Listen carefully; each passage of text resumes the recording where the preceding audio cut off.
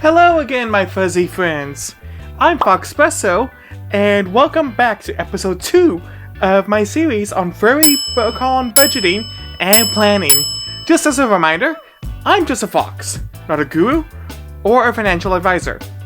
Don't trust me as a single source and do your research to see what works for you. This video series is based on my own personal experiences as well as assistance from others more in the know than I.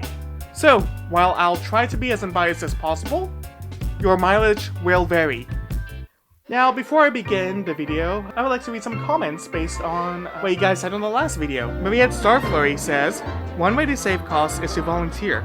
It depends on the convention, but many will cover registration, either the current year or the next year. And I've even heard that applying for staff can cover con room costs at certain cons. I volunteered as an on-staff at many fur cons from 2018 to present. Also, rooming with friends is great for both costs and having a good con. Just make sure there are friends you can trust. Also, there's VR chat conventions. I spent $30 to go to Furryality, if I recall correctly. You can even go desktop mode if you don't have a VR headset. Yeah, I actually have to agree with a lot of this. I will, however, say as a on-staff and for use like furry conventions that I wouldn't volunteer for the sake of having reduced costs. A lot of people who try to do that do not really do a good job volunteering, and it shows. There's been a particular convention that's been rather infamous for this. I won't name names. Really, if you want to volunteer for a furry convention, please just do so because you want to help out the convention and not just get a bunch of free stuff.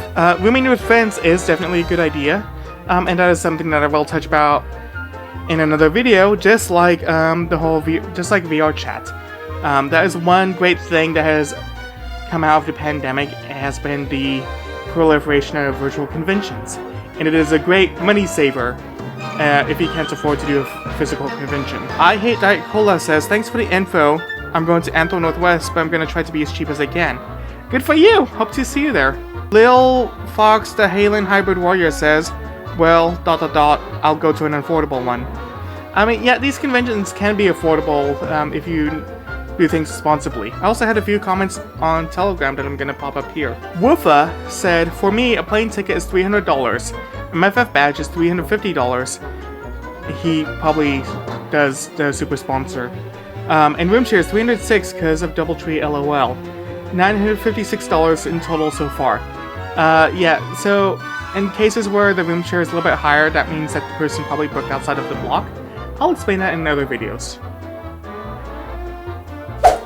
In the last video, I talked about fixed costs in a convention. You know, your food, con-veg, bare necessities. And I guess, you know, artist alley and dealers and stuff. That's kind of essential. Now, let's talk about something a little bit more variable. Travel. Now, how you're getting there really depends on where you're coming from and what you prioritize. This is kind of a non-issue if you're going locally, but anything out of town will require a lot more thought and planning. So, for the sake of this video, let's start small and easy. Locally.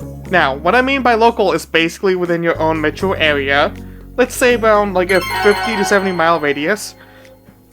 If you're attending a local convention, then I'm sure you already have an idea of what you need to do. If this is your first time, then let's go over a few options. The most obvious option here in North America is driving.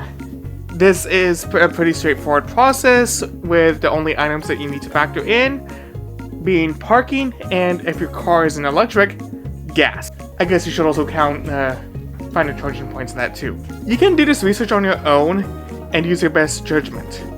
As for parking, this really depends on the convention and the venue you go to. Some hotels have day rates or free parking available.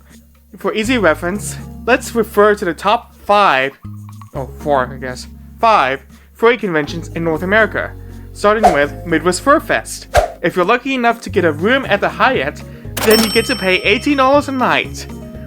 If you're visiting for the day, then the convention center offers parking for $15 a day, with no in or out privileges, so basically just stuck there.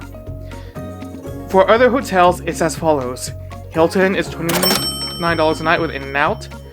Embassy Suites, $33 a night with In-N-Out privileges. Doubletree, $38 a night. And the Aloft, Crown Plaza, and Rose Hotel offer $15 a night parking, all with in-and-out privileges. Hilton Garden Inn, Comfort Inn, and Comfort Suites all have parking that's free. Anthrocon has an amazing map guide showing all the parking options around the con. Parking at the convention center averages around $30 a day, with nearby options going as low as $5. I've linked to this map down below for your own research. Furry Week in Atlanta, or FWA, doesn't really recommend parking at the con if you're a local. Even the convention itself states so on their website, recommending that you instead go use the MARTA to get to the con. Because of this, I'll refer to their recommendation of using long-term parking on the MARTA station if you're local. The Dunwoody, Sandy Springs, Lenox, Brookhaven, Dorville, and Kensington stations offer $5 a day parking, while College Park, Lindbergh Center, and North Springs offer $8 of a day for parking. If we're able to and live locally, it's best to use this method. However, if you must park close to a hotel, there are nearby parking lots that have a starting daily rate of $18. Just please protect your belongings when them in. At Furry Fiesta, if you're just visiting for the day, parking is a $25 flat fee plus tax. If you are a hotel guest, then you get a $10 discount at $15 plus tax.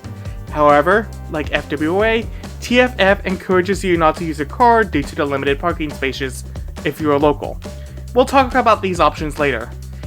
BLFC parking in Reno is free, just prepared for a bit of a hike. As for all the other cons in North America, I've linked a spreadsheet below listing all the parking prices for every non-camping in North American Furry Con. Now, for those of you without a car, or those who prefer not to bring your car to a convention, there are other options for you to factor in, like ride-sharing via an app, or friends, or transit. Like with gas, I won't mention the exact prices for using an app, since that will obviously depend on where you're going from, but I will say that tables have turned and it can be cheaper to just call a cab over using Uber or Lyft, and many taxi companies now have their own apps. So please do your research beforehand. If you're carpooling with friends, please be courteous and offer to chip in for gas or the electric car. Gas right now is not cheap and will definitely not be getting cheaper. Depending on where you live, you may be able to take transit to the con for about $2 to $10 one way. Of course, I'm referring to stuff like city buses, subways, light rail, and commuter trains.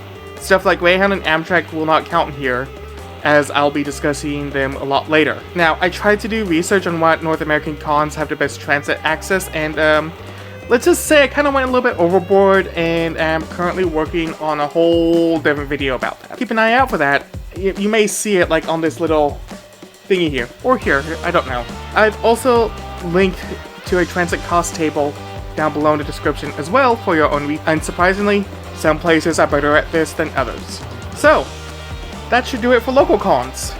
Now, for most of you, you may end up having to go out of town for one of these conventions. Honestly, that is a whole nother animal to deal with. So much of that I'm going to be splitting it up to their own videos.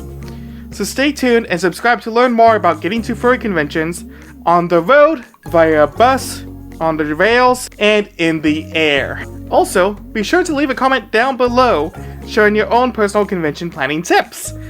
By the way, if you enjoy this video, be sure to support this channel by joining the Foxpresso Coffee Club. Making this series is basically a full-time job, and by joining, you can help support me and gain access to unique content that otherwise wouldn't be available on YouTube. Be it outtakes, deleted scenes, works in progress, or just random B footage that would otherwise mess up this algorithm. For just $9 a month, that is 2 small lattes. That's Foxpresso Coffee Club at ko-fi.com/Foxpresso. Until next time, this is Foxpresso, and yep!